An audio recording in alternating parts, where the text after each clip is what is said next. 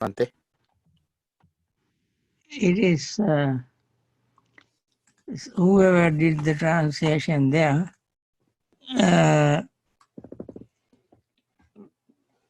take the literal meaning of parimukha. Mukha means mouth. Parimukha means in front of your mouth. What it really means, we must understand the context of the discourse. There, parimukha does not mean in front of your mouth, but parimukha means in the present moment. You cannot focus your mind on the mouth or in front of the mouth, but you can be mindful of the present moment. Parimukhang sating upattapetta, meaning focusing the mind in the present moment in order to see what is happening in the present moment. Everything is happening in the present moment. You feel in the present moment, you perceive in the present moment, you are conscious of the present moment, your intention is in the present moment. All this happening in the present moment.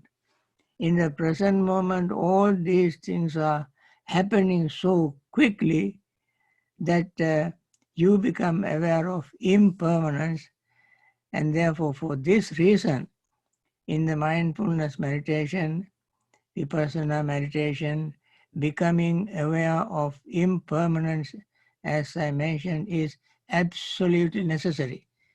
So Buddha mentioned parimukha means in the present moment.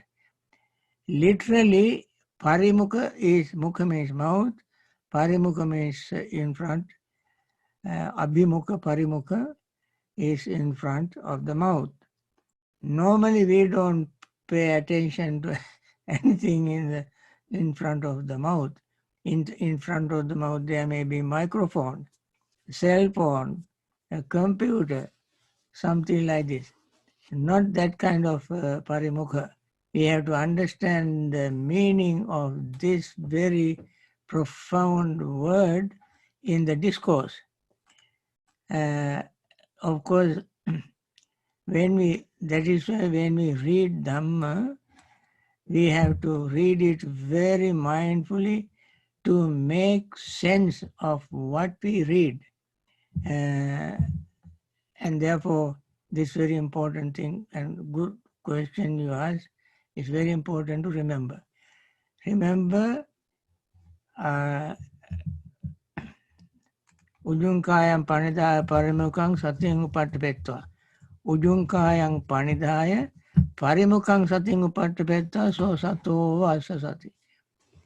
Paying total, bringing mind to the present moment, you breathe in and breathe out to see what happens to the breath when you breathe in and out. Okay? Okay, Bhante, thank you. Consider.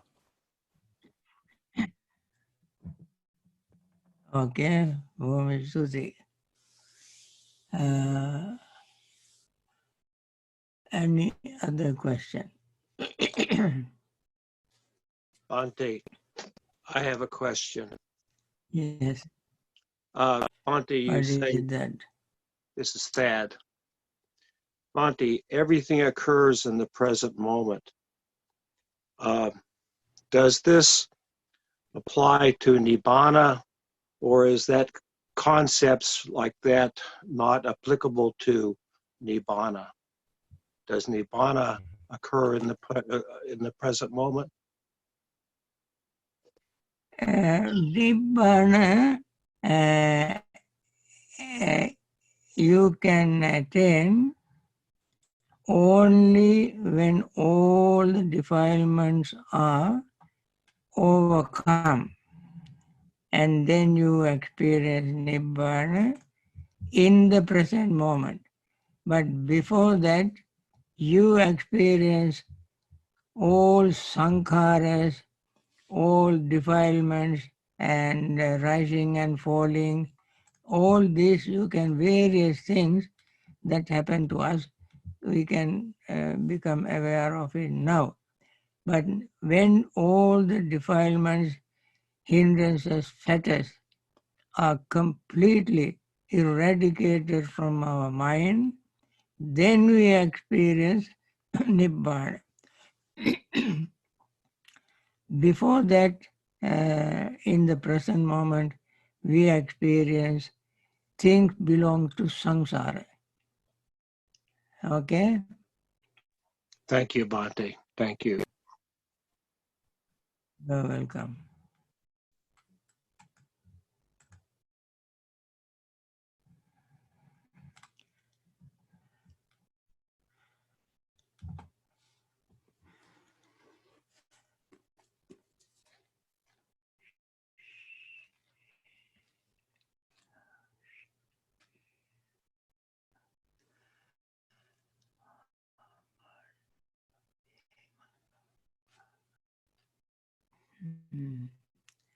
Any other question? We have a few minutes.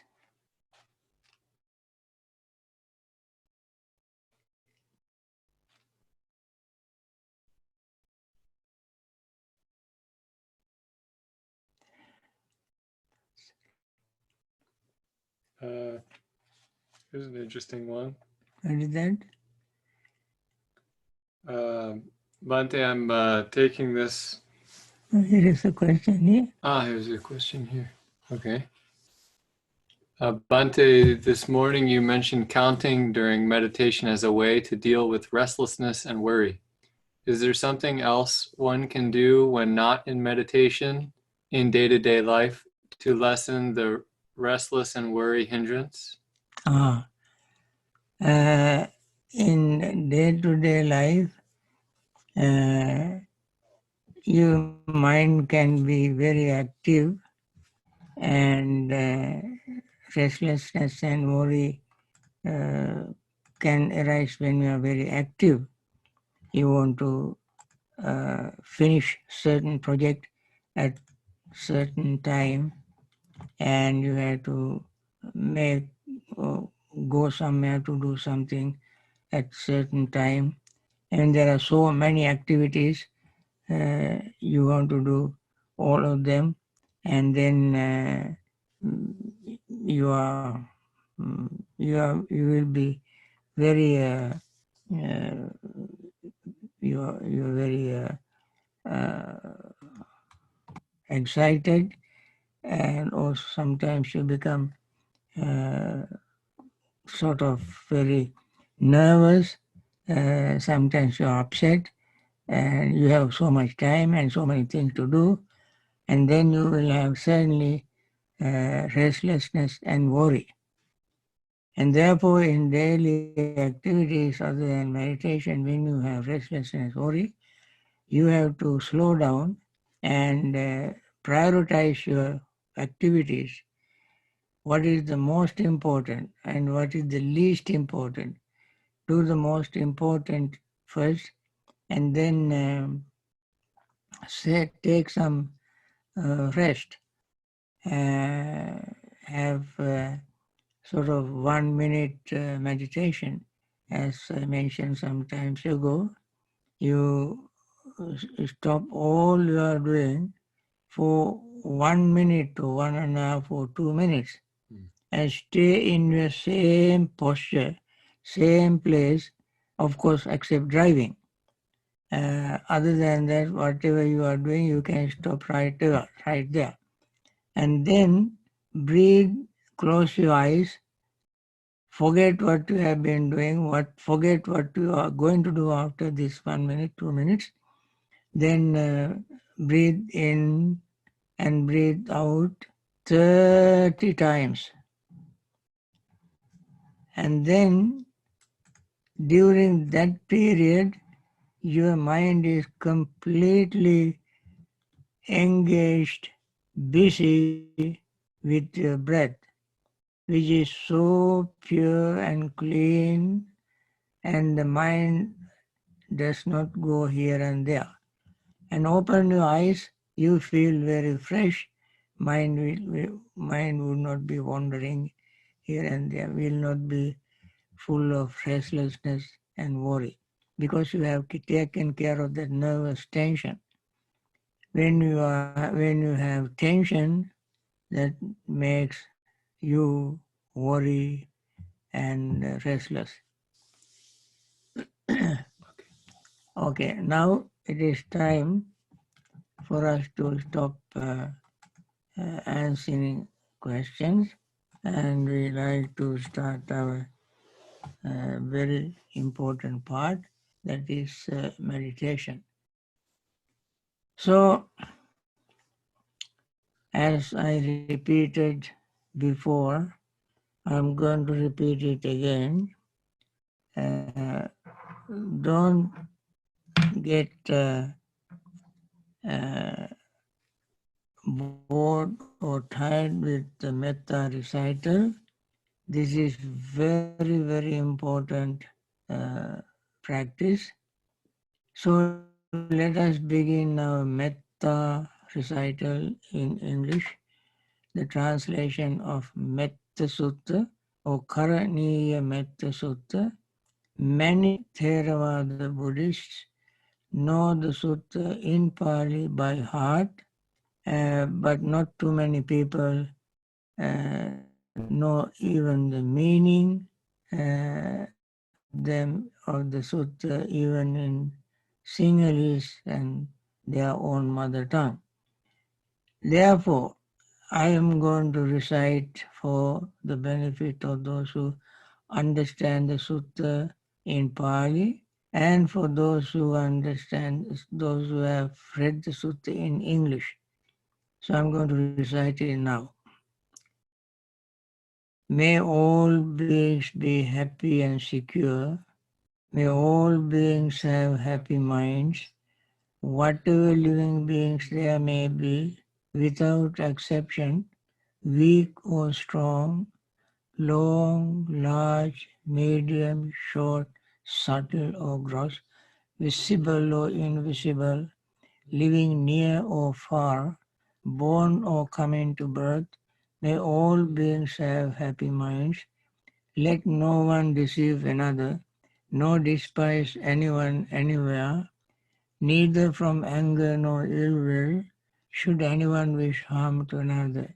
As the mother would risk her own life to protect her only child, even so towards all living beings, one should cultivate a boundless heart.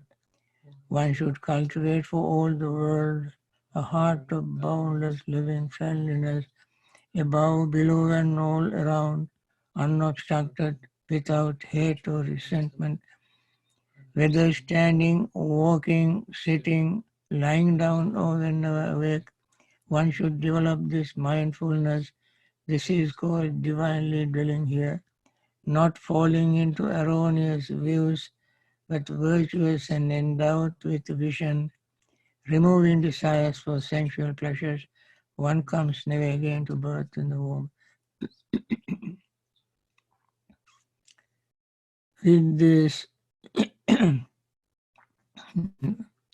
metta thought, loving, friendly thought, we want to start the rest of the practice, that is mindfulness. Bring your mind to the present moment where you experience inhaling and exhaling. You experience feeling of inhaling and exhaling. You experience perception of inhaling and exhaling. You experience the touch of inhaling and exhaling. You experience attention or thought of inhaling and exhaling. And you are aware of your own consciousness, or you are aware. All these are not fixed. They all are changing every moment you breathe in and breathe out. This change takes place while you are breathing in and out. So, two things are happening. You are breathing and paying attention. Breathing and paying attention. Breathing and feeling. Breathing and perception. Breathing and thoughts. Breathing and awareness. All these are happening without your verbalizing, conceptualizing. Do not verbalize, do not say anything in words. Let the mind be aware of all these as they happen. That is called anupassana, seeing as they happen. And then you don't see anything to excite you, agitate you. Then breath becomes calm and relaxed and subtle. Then the body becomes calm and relaxed. With this body and mind relaxed and calm, your mind becomes very steady, relaxed and calm. Then you gain a degree of concentration by overcoming your hindrances, because when the mind is calm, body is calm and relaxed, no hindrance can arise except perhaps sleepiness and drowsiness. By being mindful, you will be able to overcome even that hindrance, and then the mind becomes free from hindrances, greed, resentment, sleepiness and drowsiness, restlessness and worry, and doubt. All this subside, and then you gain concentration. When you gain concentration, you see the most subtle changes of all these gross things that we mentioned earlier, breath, feeling, and so forth. They are subtlest change you can notice that that helps you to gain real deep awareness of both breath and everything else are constantly changing, appearing and disappearing. That makes you realize that there is no any permanent entity called self or soul. Everything is volatile, evaporating, disappearing, ceasing, and let them be abandoned from your mind for this short period. With these few words, I stop, and then let us continue our practice.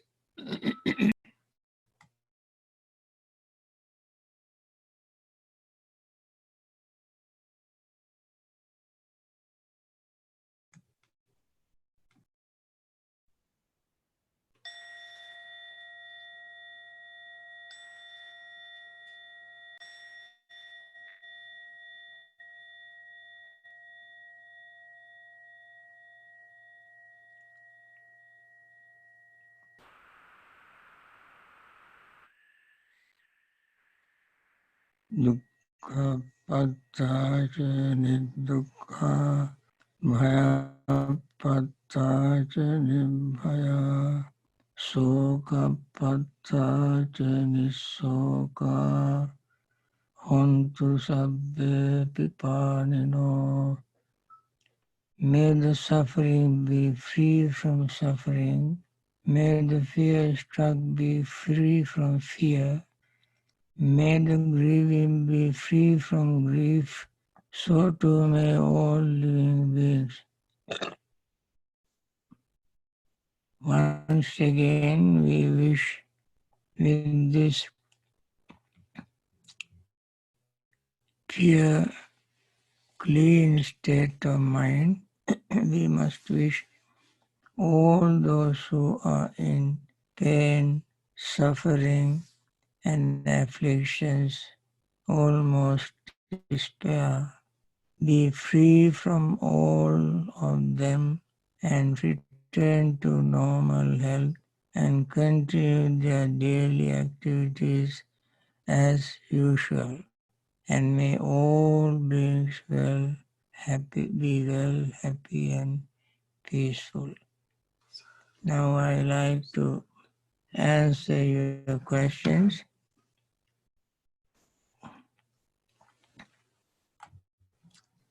Bhante, I have one more question. Can you please Yes. explain vitakka vichara? I read in somewhere what it is and where it is going to happen. Thank you, Bhante. Okay. Vitakka vichara is translated in places like Visuddhimagga and other places where these two terms are explained or translated as initial application of thought and sustained application of thought. And ordinarily people might wonder what is the initial application, what is the sustained application of thought means. What do they mean? We mentioned earlier that when the hindrances are subsided, there arise metta, joy, happiness, and then we gain concentration. In that state, initial application means these are called vitakka and vichara. Vitakka are three types. They are called sankappa sometimes vitakka. Sankappa and vitakka are used synonymously. Sankappa means nekkhamma sankappa, avyapada sankappa, avihingsa sankappa. If we replace sankappa with vitakka, he can say nekkhamma vitakka, avyapada vitakka, avihingsa vitakka. So, nekkhamma vitakka is the thought of letting go, thought of generosity, not clinging to anything. Avyapada vitakka means metta, not having hatred, anger, resentment. That is called metta. Avihingsa sankappa means thought of non-cruelty, compassion. So what these three terms mean: generosity, loving friendliness, and compassion. So when the hindrances are subsided, mind is filled with these three kinds of thoughts. Initial thought means initially that is the time it begins to really appear in our mind. Thought of letting go, thought of metta or loving friendliness, thought of compassion arise because there are no what you call kama, chanda, vyapada, thina, so forth. Kama Chanda, opposite of Kama Chanda means generosity. Letting go, not clinging. Opposite of Vyapada is loving friendliness. And when loving friendliness arises, so metta arises, compassion also arises along with that. Initially, this is the moment that these three kinds of thought arise in our mind. And then it remains in our mind. That is called sustained thought. So, these two, initial thought and sustained thought, vitakka, vichara means sustaining, staying. Vitakka, vichara are two jhanic factors. Jhanic factors. And piti, sukha, ekaggata are the three jhanic factors. So, in other words, to answer your question, I must say, thought of generosity, thought of loving friendliness, thought of compassion begins to work when the mind is free from hindrances. That is what it means. Thank you, Bhante, Pinsiddhaveva. Okay. Any other question? Bhante, we have a question here. What is the meaning of the last line of the Metta Sutta? Last line is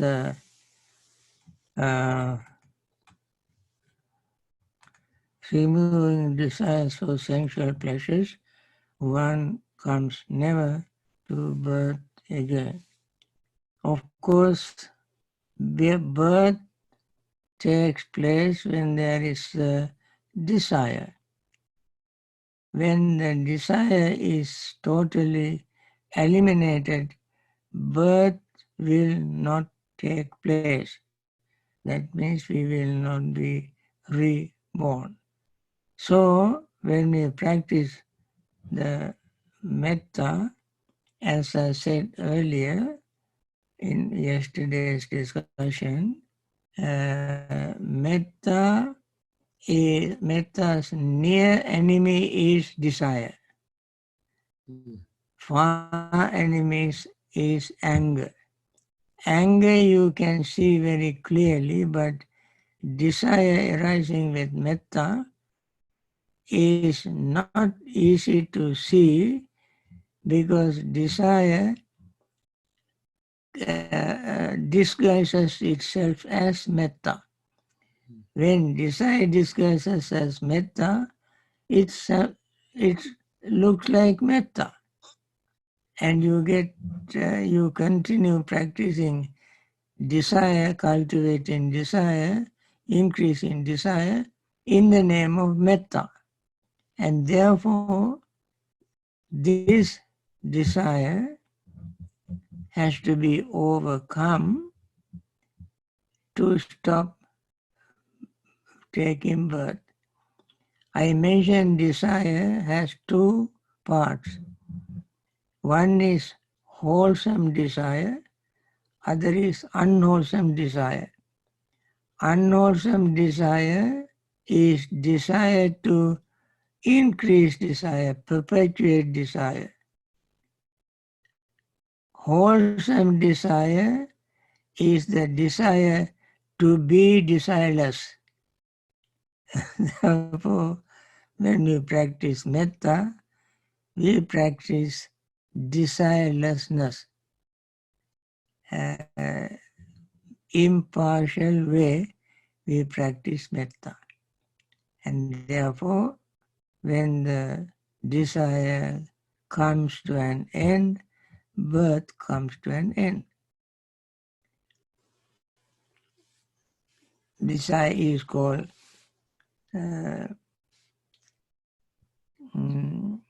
ya yang tanha, Tanha is desire or thirst. Yayang tanha pono bhavika nandi raga sagata tatra tatrabhinandini. These are the qualification of desire, qualities of desire. Yayang tanha pono bhavika.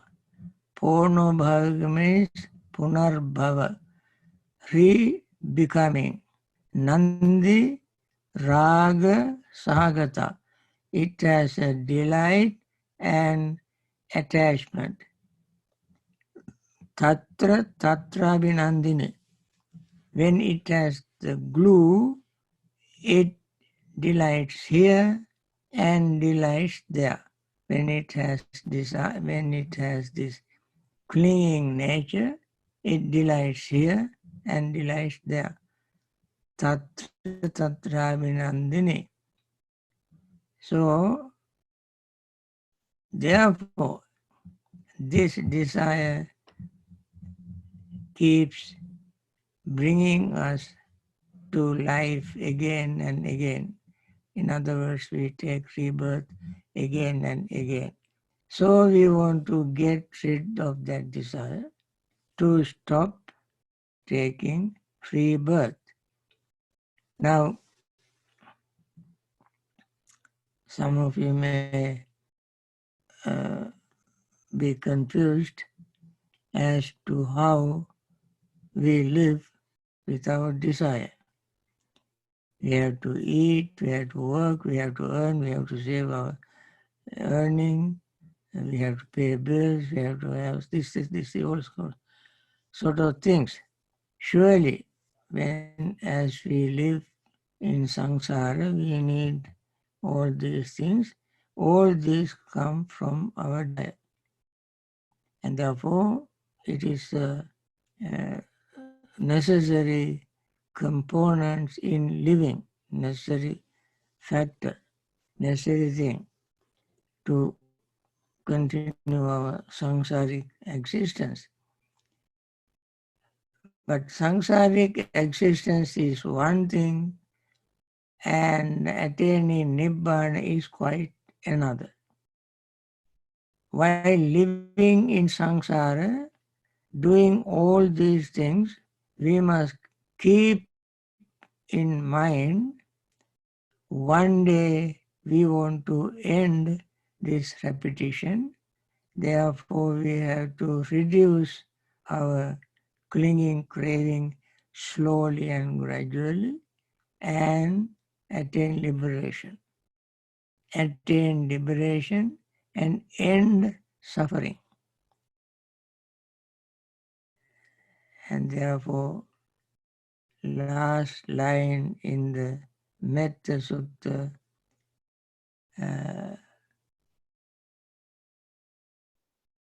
Dasena Sampano Kamesu Vinaya Gedham. Abandoning the desire, one never comes back to birth again. That is the ultimate goal of meditation practice. Thank you, Bhante. Bhante, You're welcome. another one from the chat room here. What does the Pali word vinanna, mano, and citta mean? Mano, citta, vinanna are synonymously used in Samyutta Nikaya. Buddha said, Mano itipi, vinyanang itipi, citta itipi. That is, whether it is called mano, citta, vijnana, these three are used for the same thing. And these three used in various places depending on the place. For instance, in Dhammapada, we see the first two stanzas, Mano Pubbangama Dhamma. In Samyutta Nikaya, we see Chittena Niyati Loko. And other places, Buddha talked about Vijnana. Chakku, Rupa, Chakku Vijnana. In Mahatanha Sangha Sutta, Buddha explained to Venerable Sati, who thought the same vijnana goes from life to life, and there Buddha explained what this vijnana means. That is the 6 kind of vijnana arising through eyes, ears, nose, tongue, body, and mind. And therefore, in some places the word vijnana is used, another place citta is used, another place mano is used. But all these 3 terms used for the same thing. Therefore, they are all synonymous. Bhante, this next question has to do with regret.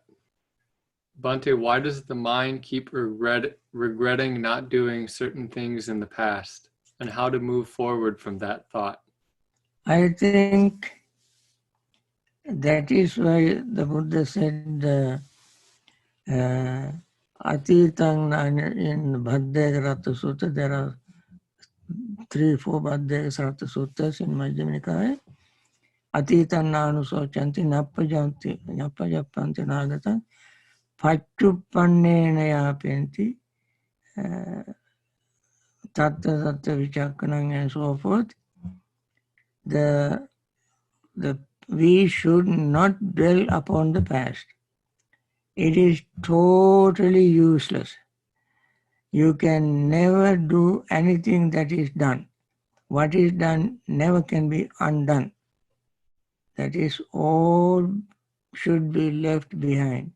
That goes to history and not in the present moment. Remember, somebody asked me, Parimukang Sating, present moment.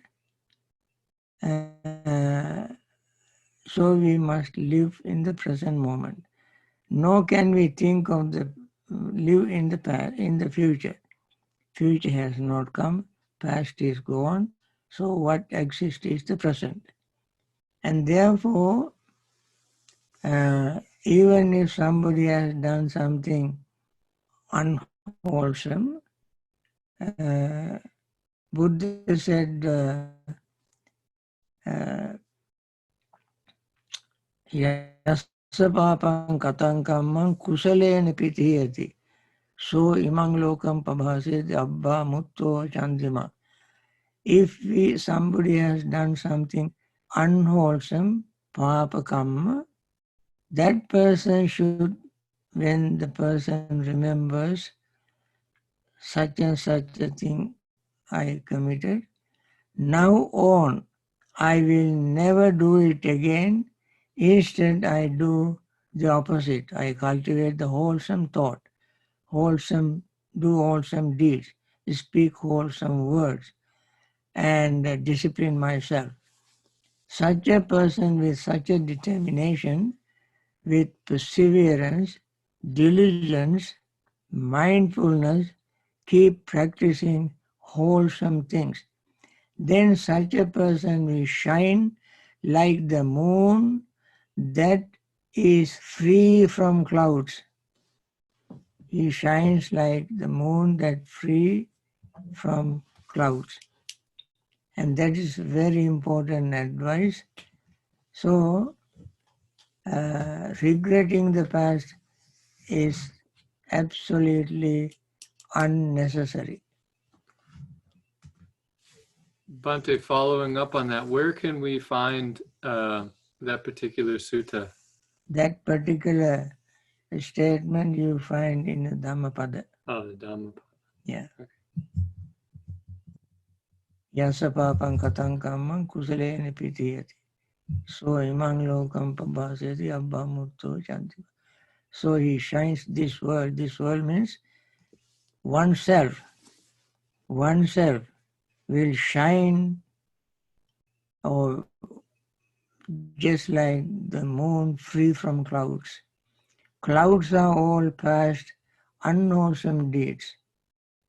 And when one does not think of them, And if one remembers, one should say to oneself, well, because we are not infallible, we are subject to make mistake, and as human, we have desire, we have ignorance.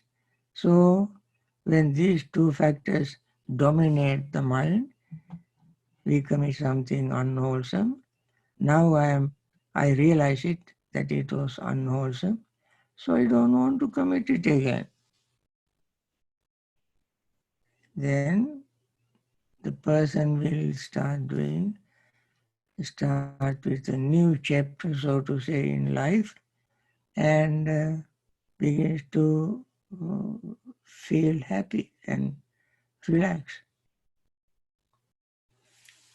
Thank you, Bhante. You are welcome. Another question has to do with uncertainty. COVID-19 is causing anxiety in society as the final outcome is unknown at this time. What is your advice on any special contemplation other than on uncertainty? Well, falling sick is also very natural. Buddha said in Mahasatipatthana Sutta, in last section, Dhammanupassana, Vyadi Dhammana, that is called not getting what one wants. He says, Vyadi Dhammana bhikkhave sattanam evam iccha uppajjati aho vatamayang vyadin agacchayasi nakopanetam iccha pattabbam. Being subject to sickness may wish, may disease not come to me. By so wishing, that person cannot stop falling sick. And seeing this, one realized that falling sick is very natural, but although it is natural, if somebody wishes, may I not fall sick, and that wish never comes to reality. And therefore the person will have suffering. So COVID-19, nobody on earth expected to happen. But it happened. Now, instead of simply being succumbed to it, being just a victim and thinking it is helpless, it is despair, life is despair, there is nothing to do with for that. Instead of doing that, one must take all the necessary precautions and follow all the advices given to us by professional people, doctors, particularly medical professionals, and the countries, the governments that want to see the welfare of people, put out a lot of information as how to protect ourselves. And when we do all these things, in spite of this very dangerous virus, we can save our life and save many, many other peoples around the world. And therefore, in just being depressed or disappointed or and feeling sad, we do what we have to do and remain healthy. And that also is a part of our, I mentioned the other day, the part of our metta practice. When Buddha said, protecting oneself, protect others. Protecting others, protect oneself. This is 100% true in this particular situation. When we protect ourselves, if we have the virus, we won't spread it around. If we protect others, if we don't have virus, we will not get it. How to protect others?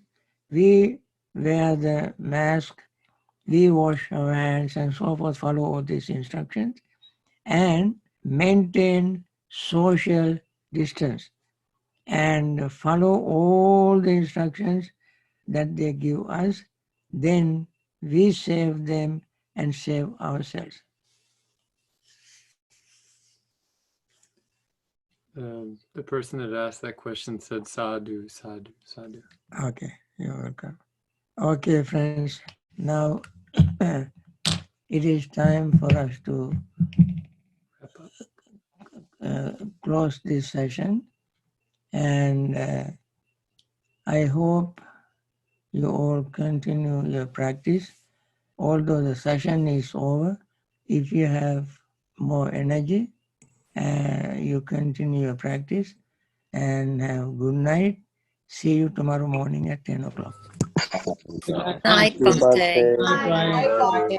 Sadhu, sadhu. Bhante. Thank you, Bhante. Thank you so much. Bhante ji, good night. Good night.